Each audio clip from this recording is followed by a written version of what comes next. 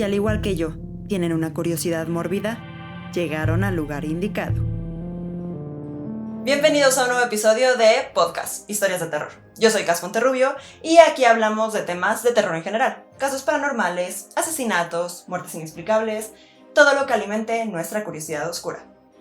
El día de hoy tenemos a un invitado muy especial que si me seguían de Spotify ya lo conocen o si han escuchado los episodios anteriores ya lo conocen. Es mi novio, Brian, ya tiene cara. Ya tengo cara, por fin. Y el día de hoy nos acompaña porque el tema del que vamos a hablar es un tema que él conoce bastante bien. Él fue el que me presentó este tema porque dijo, es la unión de nuestros dos gustos, las luchas y crimen real. Entonces, el día de hoy vamos a hablar de Chris Benoit. Como siempre, se recomienda discreción. La dinámica de este episodio va a ser un poquito diferente, va a ser un poco más conversacional y si esto llega a durar más de 50 minutos, se va a hacer un 2 partes, entonces empecemos. El 25 de junio del 2007 se informó que el luchador de la WWE, Chris Benoit, había fallecido junto con toda su familia.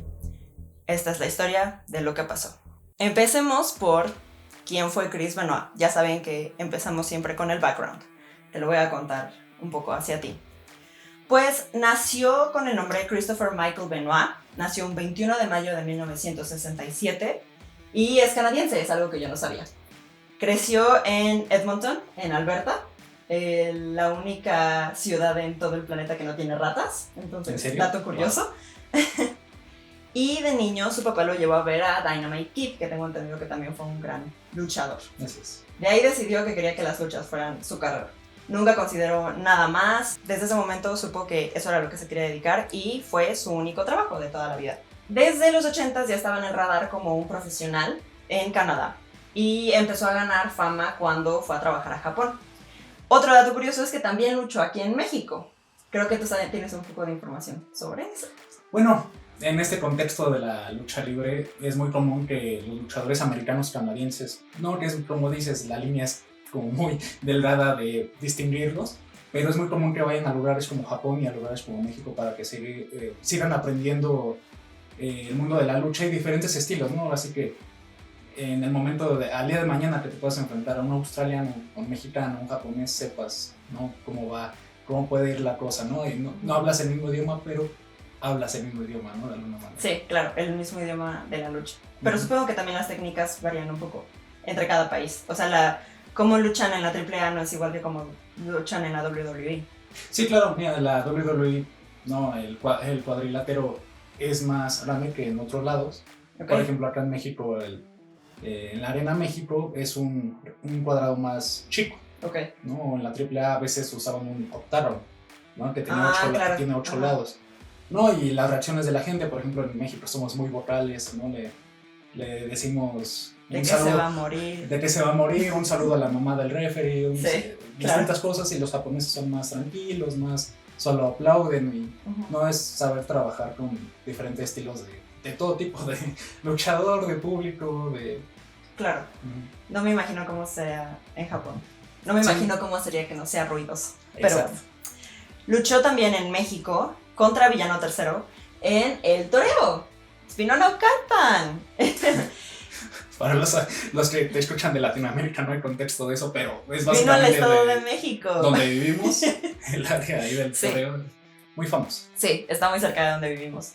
Y perdió. Le quitaron la máscara, la nota que leí era que le quitaron la máscara. En ese momento luchó como un personaje, no luchó como Chris Benoit. Y en Estados Unidos luchó en el Extreme Championship Wrestling, ECW. Les voy a dar las siglas porque de aquí ya no voy a volver a decir los nombres. World Championship Wrestling. Está difícil decir Championship. Championship, sí. CWC. Y World Wrestling Entertainment, WWE. Participó en eventos como el Raw, SmackDown y también en eventos contra la ECW. Tengo entendido que se encontraban entre empresas, entre compañías. Se encontraban entre empresas. Ha habido muchos contextos para ponernos a detalle, pero sí a veces no eran eventos en conjunto, a veces eran rivales o a veces una compañía compraba a otra compañía y era claro. entre la fusión hacían como rivalidades. Estos nos vienen a invadir, ¿no? Ya. Cuando en realidad los habías comprado. Claro, ok. Todo es un show, ya sabemos. Todo eso. Fue 2 veces campeón mundial de peso pesado en la WCW. Ganó el Royal Rumble en 2004 y tuvo 5 reinados como campeón de Estados Unidos. Diferentes, entre que de parejas, solo y en diferentes eventos tuvo 5 reinados. Básicamente donde estuvo fue muy bueno, demostró por esta escuela japonesa, mexicana, canadiense, ¿no? Europea inclusive, tenía a donde fuera ganaba campeonatos. Y al ganar un campeonato es básicamente subir de puesto, ¿no? Demostrar tus habilidades para que salgas en los pósters de las luchas, tengas oportunidades de comerciales. O sea, es como un ascenso en tu trabajo, ¿no? Eso iba a decir, es como un ascenso. En su momento fue uno de los luchadores más respetados y su movimiento especial se llamaba Flying Butthead. Era que se subía a la tercera cuerda de una esquina, se aventaba como águila y daba cabezazo, cabeza contra su oponente. Esto era un movimiento muy peligroso, es una variación de otras versiones de este mismo movimiento y pues sí, es muy peligroso, pero ese era su movimiento característico. Como mencioné, su único trabajo siempre fueron las luchas y su hijo David, quien lo sobrevive, dice que siempre dio el 120%. No aceptaba nada menos que la perfección y de hecho era tan detallista que no quería que la gente se diera cuenta de que era un show, de que es un teatro, y entonces si en algún show cometía un error y se notaba que estaba montado, se castigaba, así como hacer planchas, hacer sentadillas. Compañeros suyos llegaban a mencionar que de repente lo veían haciendo sentadillas después del show y decía, es que me equivoqué o me dieron el golpe y se notó que no me dieron realmente el golpe, entonces se castigaba a sí mismo, básicamente. Sí, en términos de béisbol, me voy a quitar la gorra. No, es una palabra conocida como kayfabe. Un ejemplo latinoamericano muy famoso en el caso del Santo, él no se quitaba nunca la máscara. De hecho, cuando falleció, ya la gente fuera de contexto inclusive familiar, ¿no? De que un sobrino no lo habían visto sin máscara. De hecho, muy curioso, anécdota rápida, en un programa de televisión unas semanas antes o días antes de su muerte, en televisión en una entrevista, se quita la máscara, pero por medio segundo le hace así, y se la regresa, y a los días muere.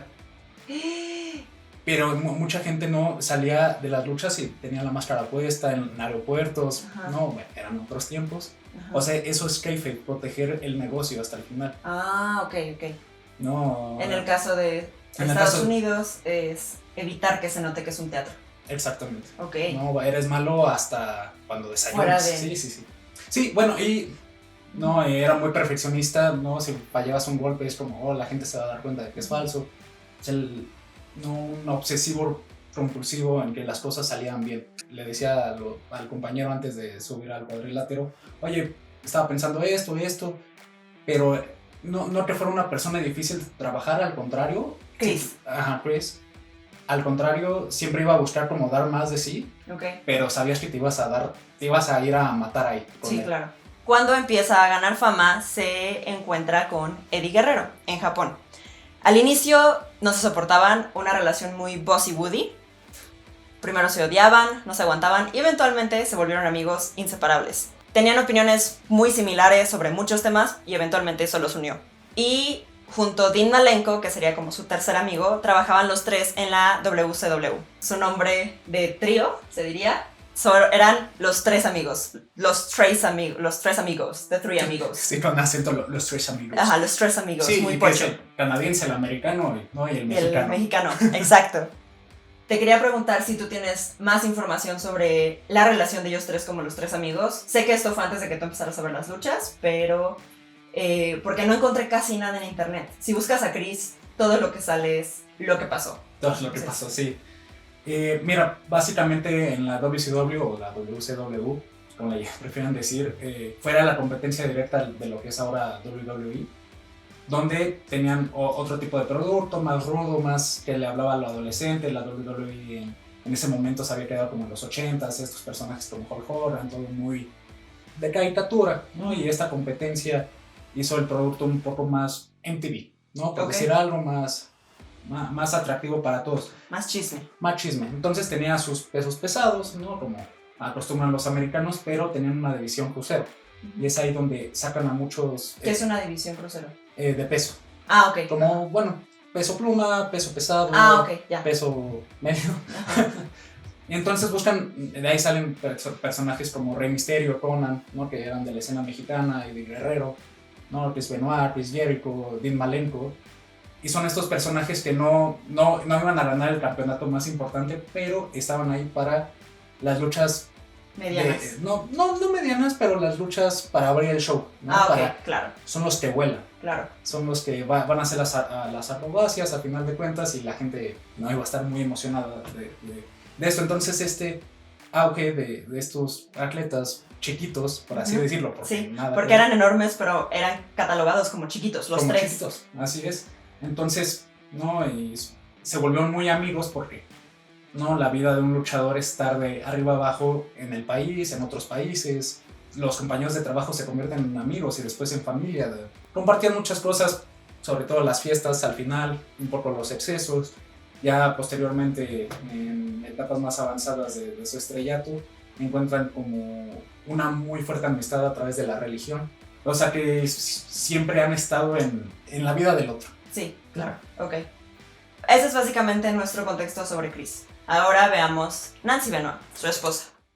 Nancy nació como Nancy Elizabeth Toffoloni. Nació un 21 de mayo de 1964 y fue una ballet y manager de la lucha libre. Esto es una época en la que todavía las mujeres no eran luchadoras, eran ballets, eran managers,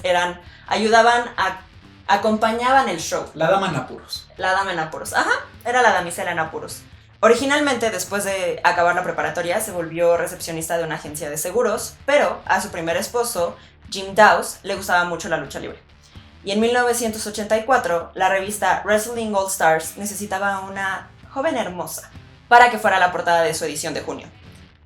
Ahí fue donde se empezó a adentrar en el mundo de la lucha libre. Ahí fue donde conoció a Kevin Sullivan, que está catalogado como uno de los mejores promotores de la lucha libre de la época. Y después de algunos shootings, él la convenció de volverse parte de su séquito.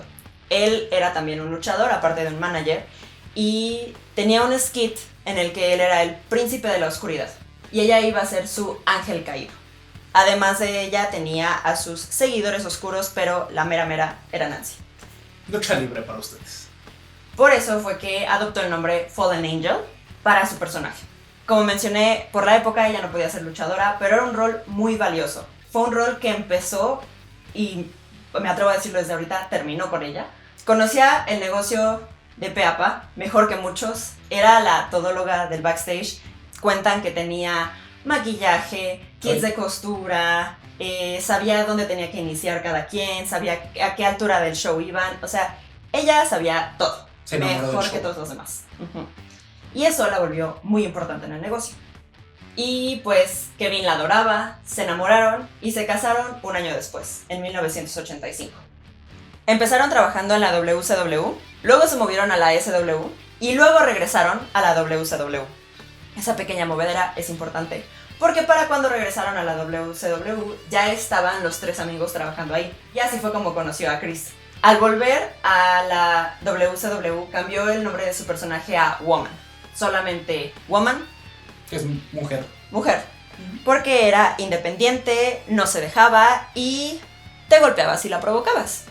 O sea, era una mujer independiente, adelantada a su época. Y literalmente. Sí.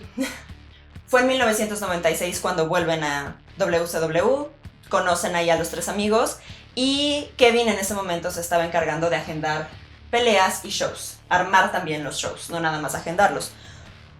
Así que decidió que iba a agendar una historia, un arco con Chris, pero quería involucrar a Nancy.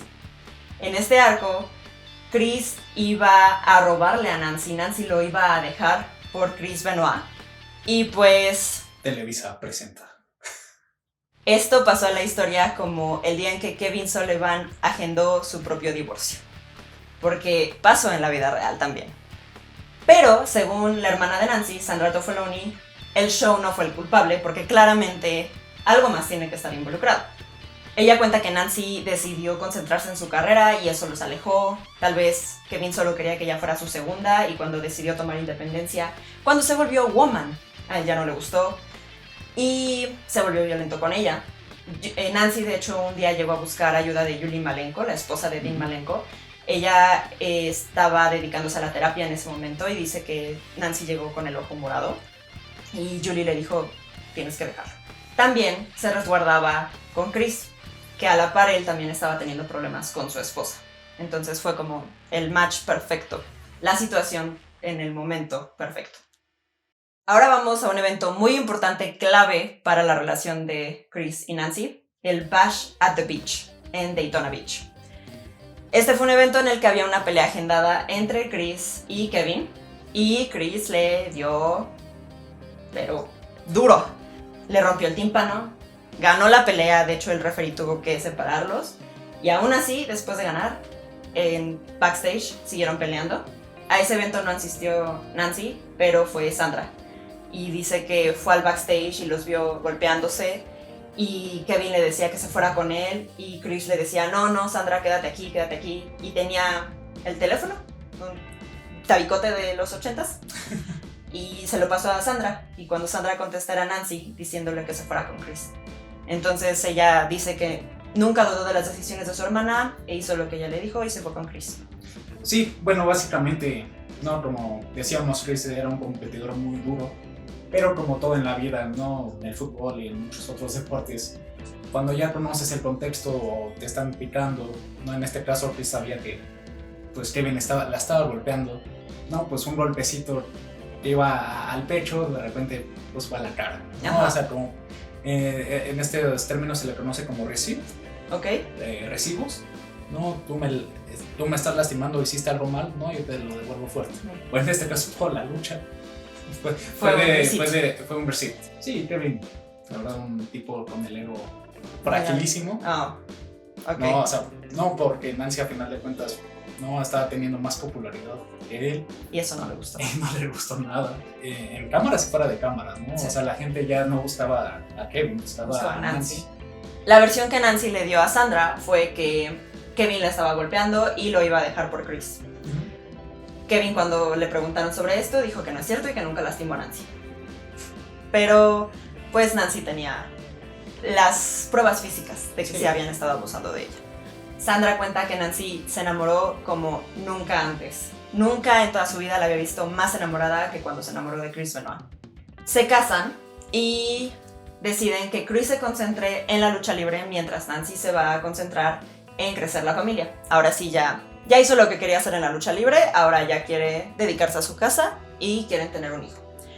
Al poco tiempo nace Daniel Benoit.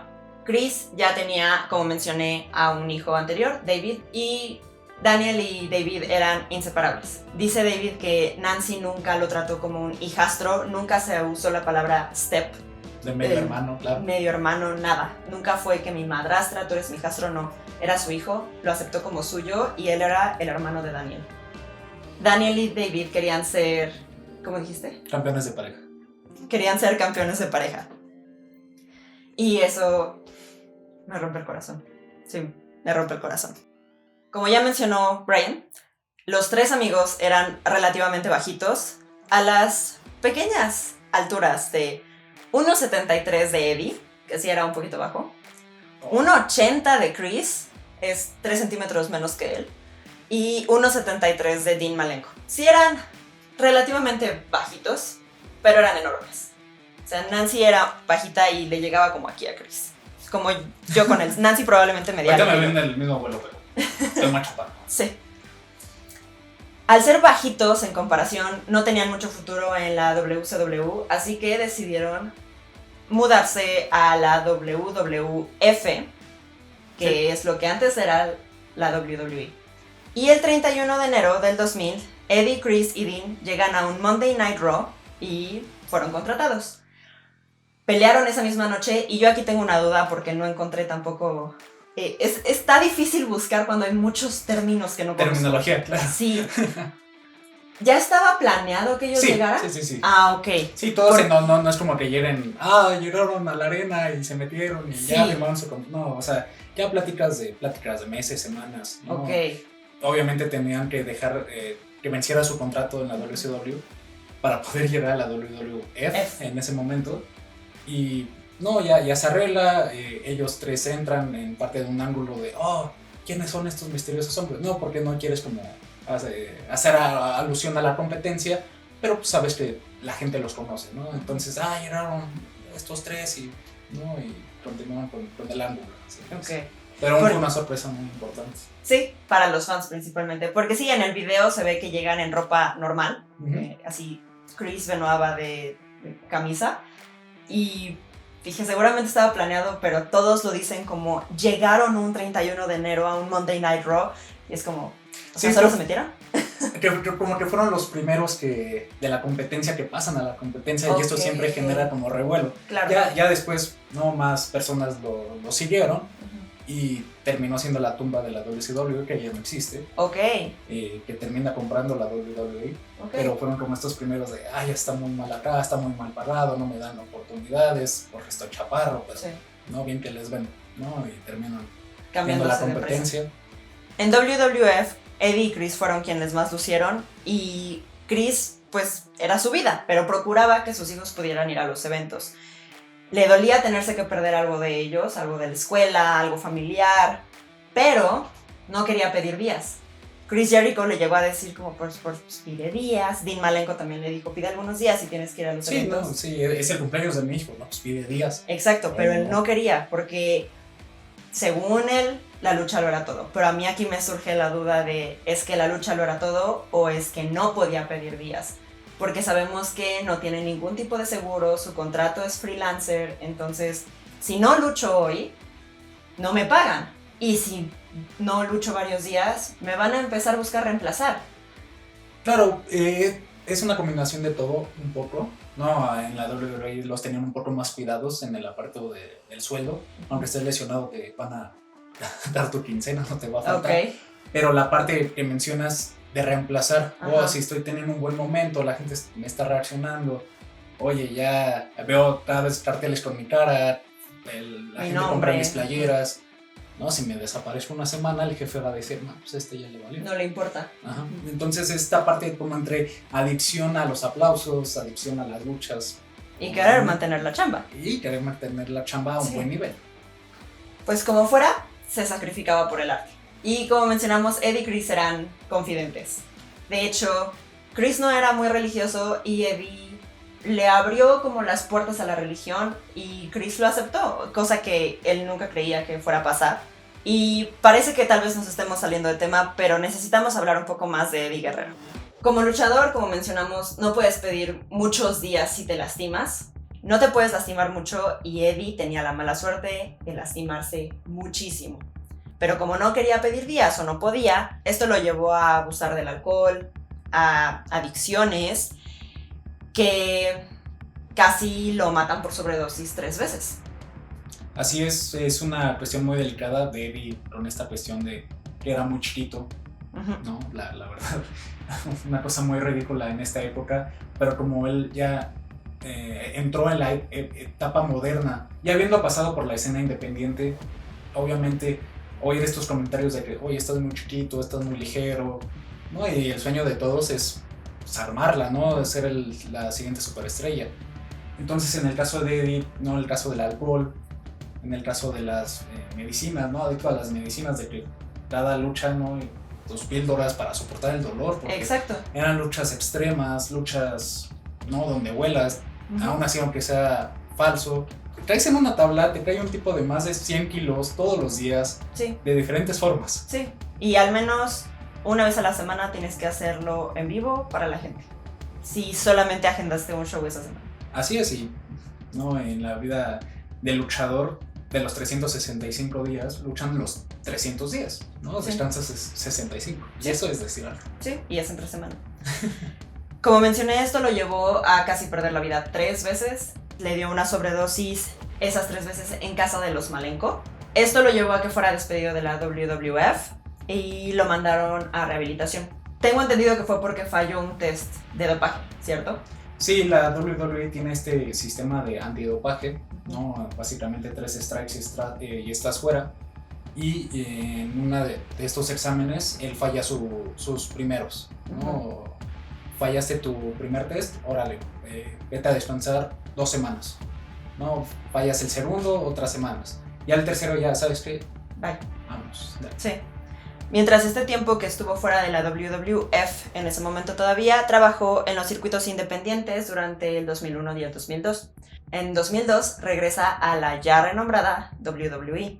Antes de seguir, quisiera que nos expliques cómo fue la transición de WWF a WWE. Esto muy interesante y muy raro. Antes la WWE era conocida como la WWF, ¿no? La I es de Entertainment, entretenimiento, y la F en ese momento era de Federación. Pero entonces sale una organización a la ayuda de los animales, también llamada la WWF. La World Wildlife Foundation. Así es, entonces compartían las mismas siglas, ¿no? Entonces, pero cuando buscabas WWF en internet, pues salía la lucha libre, y obviamente la organización dijo... Pues, y el pandita dijo, ¿qué onda? ¿Qué onda? Pues ¿cómo así? Entonces, esta organización a la ayuda de los animales demanda la lucha libre y que ganan. El panda le terminó ganando la lucha libre. Pero bueno, por cuestiones mediáticas, al final de cuentas deciden tomar la decisión de, ok, vamos a quitar la F, pero hicieron todo el rebranding de Get the F Out. Eso fue un gran rebranding, me lo contó hace unos días. Que es un juego de palabras en inglés que es como... Get the F Out. Que es váyase la chingada. Váyase la chingada. Para pronto. Y entonces salían varios luchadores, ¿no? Podando el pedacito de la F, ¿no? Para que ya solo quedara la W que conocemos hasta el momento. Y pues fue un gran ganar para todos. Al volver a la ya renombrada WWE, Eddie debuta en el WrestleMania 20 contra Kurt Angle y gana. Ese día Chris también ganó su pelea, celebraron juntos, fue un gran momento, y David Benoit dice que ojalá se hubieran retirado después de eso. Sí, la verdad fue un momentazo, ¿no? Que se cerró la noche. Eddie tuvo la lucha un poquito más temprano, entonces salieron a abrazarse porque todo el mundo sabía que eran amigos. Subieron las familias al ring, el confeti encima de ellos, ¿no? Un momentazo de que les dieron los 2 títulos más importantes por los que habían luchado toda su vida, literalmente. Todo el abuso que le pusieron a su cuerpo por fin. Había rendido frutos. Había rendido frutos y no, ese abrazo y esa foto es muy icónica. Claro. Este fue la cúspide de la carrera para Eddie. Se fue casi con este evento en la cima, porque el 12 de noviembre del 2005 en Minneapolis se estaban preparando para un evento. No encontré cuál evento, pero estaban en Minneapolis. El evento iba a ser el 13 de noviembre. Chavo Guerrero Jr., que es también un luchador y es sobrino de Eddie, recuerda que estaba platicando con Eddie y se le iba la onda, como que se apagaba y regresaba. Se le hizo raro, pero bueno. Se despiden a eso de las 7 de la noche y al día siguiente se tenían que levantar para el evento. El 13 de noviembre, Chavo recibe una llamada de la recepción a las 5:30 de la mañana y le dicen, algo pasó con tu tío. Le dicen que Eddie había programado un despertador al cual no contestó, y cuando intentaron entrar vieron que la cadena de seguridad seguía puesta, lo que indica que había alguien adentro. Pero no podían entrar sin algún familiar, tengo entendido, por eso le llamaron a Chavo. Suben con Chavo, rompen la cadena y Chavo ve a Eddie en el piso, boca abajo, con su cepillo de dientes en la mano.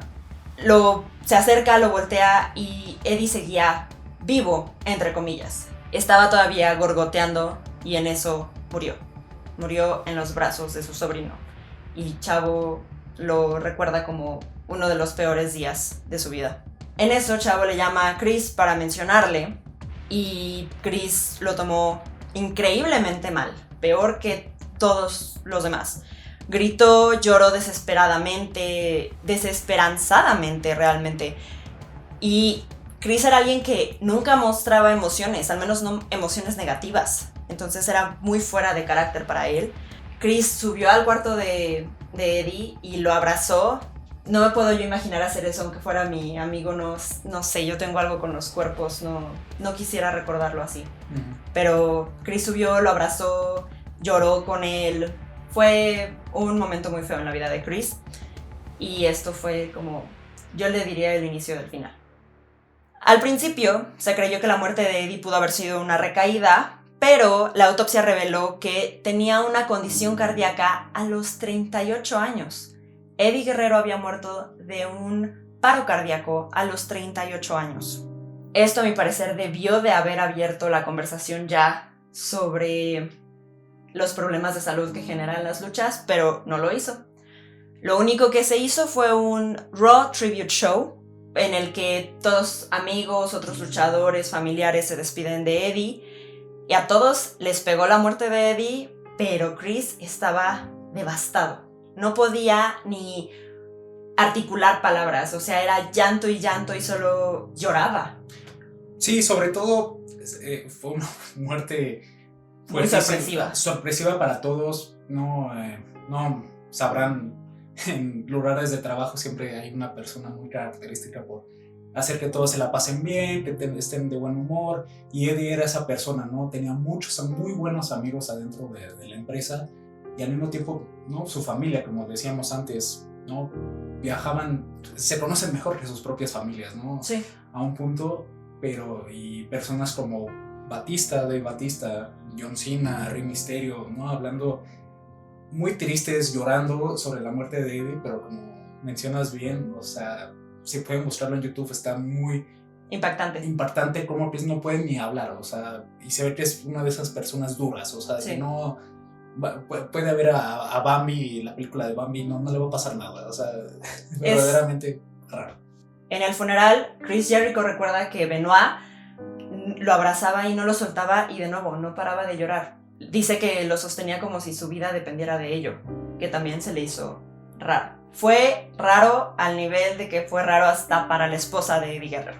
Vicky Guerrero cuenta que llegó a encontrar a Chris en su cuarto, acostado en el lado de la cama de Eddie, abrazando su almohada, de nuevo llorando. En otra ocasión estaba afuera, sus hijos estaban en la casa, Chris estaba en la casa, y cuando llega sus hijos le dicen: mamá, Chris de nuevo está llorando. Y sube al gimnasio personal de Eddie y está sentado en una máquina llorando, y dice que ni siquiera ella lo podía consolar. Como contexto, bueno, la familia Benoit y la familia Guerrero muy unidas con esta parte, también con Dean Malenko, ¿no? Obviamente las familias se conocían entre ellos, los hijos se conocían entre ellos, entonces no era las esposas eran amigas. Tan raro. Obviamente Nancy iba a consolar a Vicky, pero las dos terminaban consolando a Chris. Qué bueno que mencionas de hecho a Nancy. Como dices, al final las dos terminaban consolando a Chris. Chris le decía a las dos que sentía que su mundo ya no tenía sentido sin Eddie. En cambio, Nancy sí fue un apoyo para Vicky. La ayuda a salir adelante y ella la recuerda como su ángel. Y el hecho de que su primer nombre de luchadora fuera Fallen Angel y ella la describe como su ángel fue... Todo esto me hizo el corazón muy chiquito, aunque es un deporte que no sigo, la historia tal cual. Nancy se activó para superar la muerte de Eddie, en cambio Chris se hundió. Podía poner una fachada en público de que todo estaba bien, pero la realidad es que no lo estaba. Se alejó de la gente, se volvió un ermitaño, dejó de frecuentar a amigos como Chris Jericho. De hecho, ahí como que fue un parteaguas de su relación, ya se alejaron, pero no dejó de luchar, porque su vida era la lucha. A los pocos días del funeral volvió a Europa para luchar. Yo lo único que me imagino es que no sabía cómo afrontar la situación, entonces solo decidió seguir adelante, entre comillas. Sí, bueno, aparte de su trabajo, no, oye, eres parte del tour, no, obviamente el show sigue, no se detiene lamentablemente por la muerte de un luchador. Bueno, eso sí. Esa manera de distracción, ¿no? De sacarte, hace lo que te gusta, tienes un par de colegas que te traen bien. Sí. Entonces, esa manera de distracción. El problema fue, como mencionamos, se volvió un ermitaño, entonces tampoco se estaba apoyando de sus colegas. Nada, no fue una buena combinación, realmente, sus acciones. También se volvió paranoico.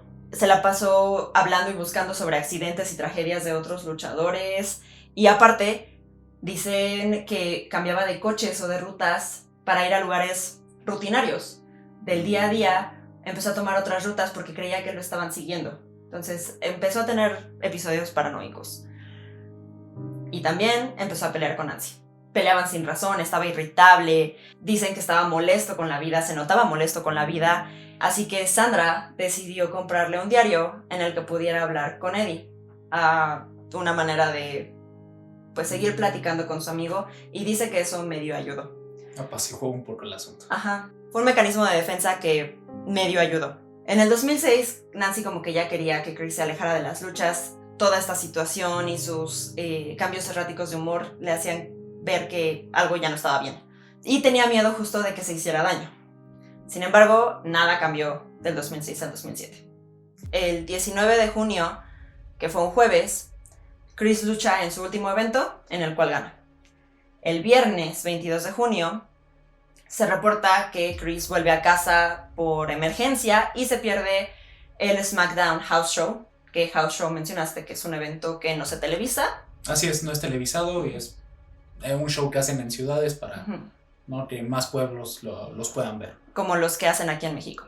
El sábado 23 de junio, Chris llama a la dirección de talentos de WWE y dice que Daniel está enfermo y que él y Nancy lo están llevando al hospital. No, que los dos están enfermos, ¿no? Es que dice dos cosas diferentes. El sábado 23 de junio, Chris llama a la dirección de talentos de WWE y dice que Daniel está enfermo y que Nancy y él están llevándolo al hospital. Y dice que él va a llegar a Houston para el pay-per-view del día siguiente. Ese mismo día, se supone que Chavo, Chris y Scott Armstrong debían de llegar juntos a Houston. Chris le llama a Chavo y le dice que no va porque Daniel y Nancy se intoxicaron. Más o menos maneja la misma historia, pero un poquito diferente entre lo que dice a directivos y lo que dice a Chavo. Chavo le recuerda que el domingo tenían un pay-per-view y él le dice, no, sí, yo llego allá. Llego después. ¿Todo bien?, le pregunta Chavo, y Chris le dice, sí, todo bien, y cuelgan. El domingo, 24 de junio del 2007, a las 5:30 de la mañana, pobre Chavo, y en serio las llamadas a las 5:30 de la mañana, recibe un mensaje de Chris que dice, los perros están en la zona de la piscina y la puerta está abierta. 30 segundos después, le llega el mismo mensaje de parte de Nancy. Se le hace raro, pero dice, ok, no sé si ya viene en camino, quién sabe. Al iniciar el día le cuenta a Scott Armstrong y él le dice que recibió el mismo mensaje. Y tengo entendido que hay reportes de que muchos recibieron ese mismo mensaje. Sí. Llegan a Corpus Christi en Houston y siguen sin saber de Chris. Pasa el evento, no se presenta al pay-per-view Vengeance. Y el lunes 25 de junio del 2007, Johnny Ace, que es un agente de talentos en WWE, pregunta que qué onda con Chris. Y se perdió 2 shows. Exacto. Chavo le enseña el mensaje y Johnny le dice, me lo debiste de haber enseñado antes. Decide mandar un wellness check a casa de Chris. Se hace el wellness check y lo siguiente que se le reporta a los luchadores y empleados de WWE por parte de Vince McMahon, que es prácticamente en ese momento el presidente, el dueño, el que trabaja de jefe en la WWE. como el CEO. El CEO. De WWE. Ok. Básicamente que les informa que Chris, Daniel y Nancy habían muerto.